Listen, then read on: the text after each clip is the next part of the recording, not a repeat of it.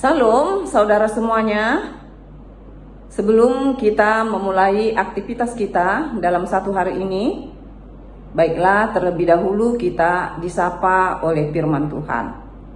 Namun sebelumnya marilah kita bersatu di dalam doa. Damai sejahtera Allah yang melampaui segala akal, kiranya memelihara hati dan pikiranmu di dalam Kristus Yesus Tuhan kita. Amin. Firman Tuhan yang akan menyapa kita di pagi hari ini diambil dari Lukas pasal 13 ayat 17. Dan waktu ia berkata demikian, semua lawannya merasa malu dan semua orang banyak bersuka cita karena segala perkara mulia yang telah dilakukannya. Demikian firman Tuhan.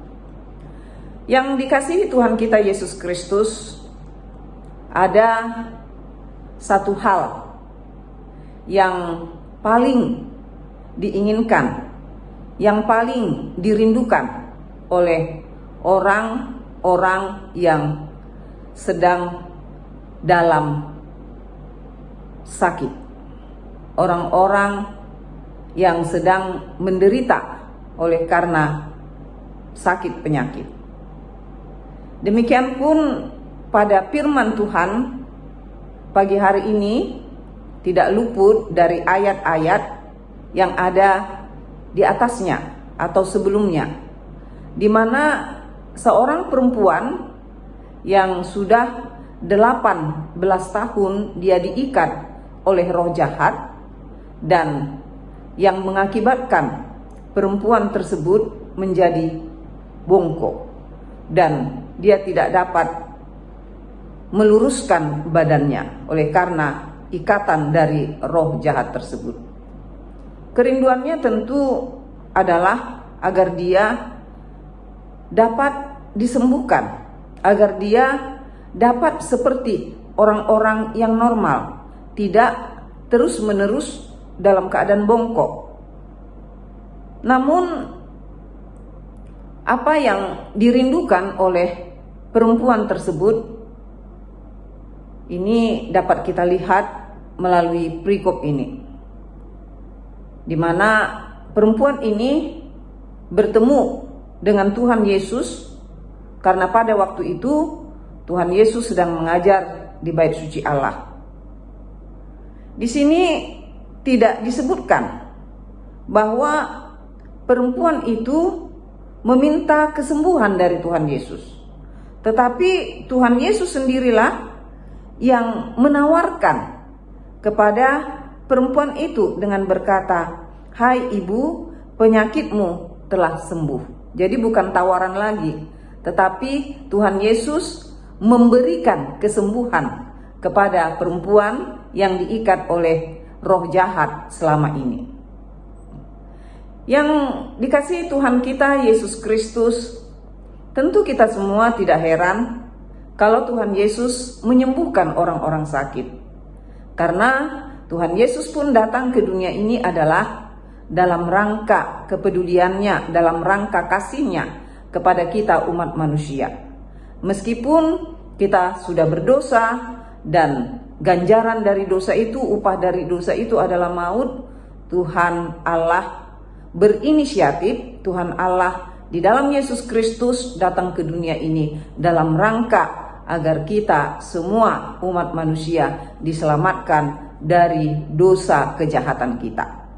Apalagi sekarang melalui firman ini Tuhan Yesus langsung bertemu dengan seorang perempuan yang dalam keadaan sakit diikat oleh roh jahat. Tuhan Yesus langsung memberikan kesembuhan kepada perempuan tersebut dengan mengatakan, "Penyakitmu telah sembuh."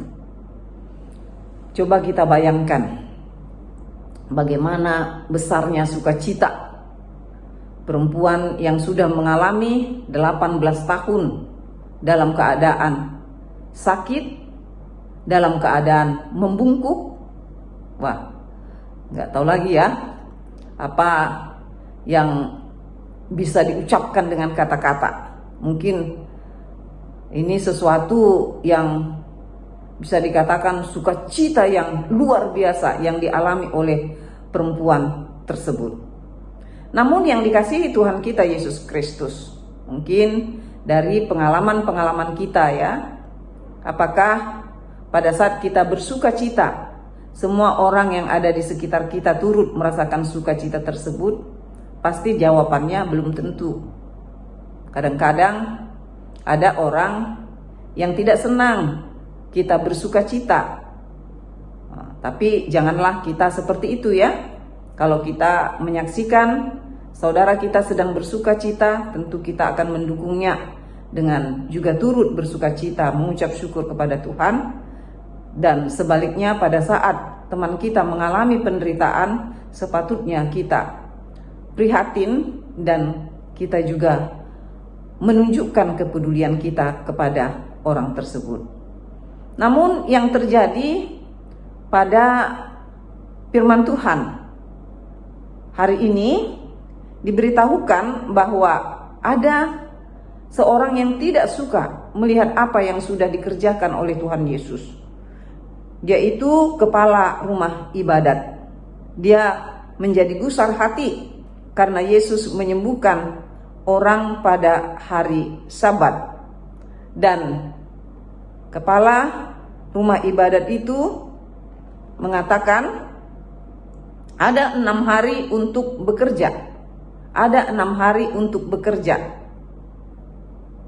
Karena itu datanglah pada salah satu hari itu untuk disembuhkan dan jangan pada hari Sabat. Jadi begitu pentingnya, begitu melebihi segalanya hari Sabat bagi ya orang-orang Yahudi pada waktu itu ya, dan juga bagi kepala rumah ibadat ini. Dan itu disampaikannya kepada orang-orang yang ada di sana dan tentu juga kepada Tuhan Yesus Kristus ya pada waktu itu.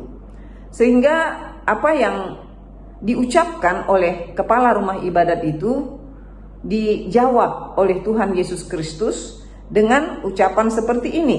Hai orang-orang munafik, bukankah setiap orang di antaramu melepaskan lembunya atau keledainya pada hari Sabat dari kandangnya dan membawanya ke tempat minuman? Jadi kalau mereka membuat hari Sabat adalah hari yang spesial dan hari di mana orang-orang tidak boleh bekerja, maka Tuhan Yesus memberi jawaban kepada orang tersebut kalau mereka mengerjakan sesuatu pekerjaan di mana mereka harus membawa ternaknya dan melepaskan mereka untuk mencari makanan. Jadi mereka melepaskan dari kandangnya dan membawanya ke tempat minuman. Jadi artinya itu juga adalah suatu pekerjaan. Kenapa? Menyembuhkan orang sakit pada hari Sabat, mereka komplain kepada Tuhan Yesus. Bukankah manusia itu adalah makhluk yang paling berharga di hadapan Tuhan? Dan itu yang menyebabkan Tuhan Yesus datang ke dunia ini ingin menyelamatkan manusia. Kalau dia dapat menyembuhkan perempuan tersebut, Tuhan Yesus tentu akan melakukan, dan itu yang dilakukan Tuhan Yesus. Jadi yang dikasihi Tuhan kita, disinilah kelihatannya bahwa kepala rumah ibadat itu tidak memiliki kepedulian terhadap orang yang dalam keadaan sakit. Dan firman ini juga mau menyapa kita, biarlah kita membangun kepedulian terhadap sesama kita. Pada saat dia mengalami kesulitan, pada saat dia membutuhkan bantuan dari kita, tidak ada yang boleh menghalangi kita untuk melakukan itu. Karena apa yang kita lakukan, seperti apa yang dilakukan oleh Tuhan Yesus Kristus, kita sedang menunjukkan kasih kita terhadap sesama. Dan ayat ini memberitahukan kepada kita, dan waktu ia berkata demikian, semua lawannya merasa malu dan semua orang banyak bersukacita. Jadi ada dua kubu, kita katakan ya. Kubu yang pertama adalah orang yang tidak senang terhadap apa yang dilakukan oleh Tuhan Yesus. Sementara di kubu yang lain, tentu ini adalah orang yang turut bersuka cita atas kesembuhan perempuan yang bongkok tadi, perempuan yang diikat oleh roh jahat tadi.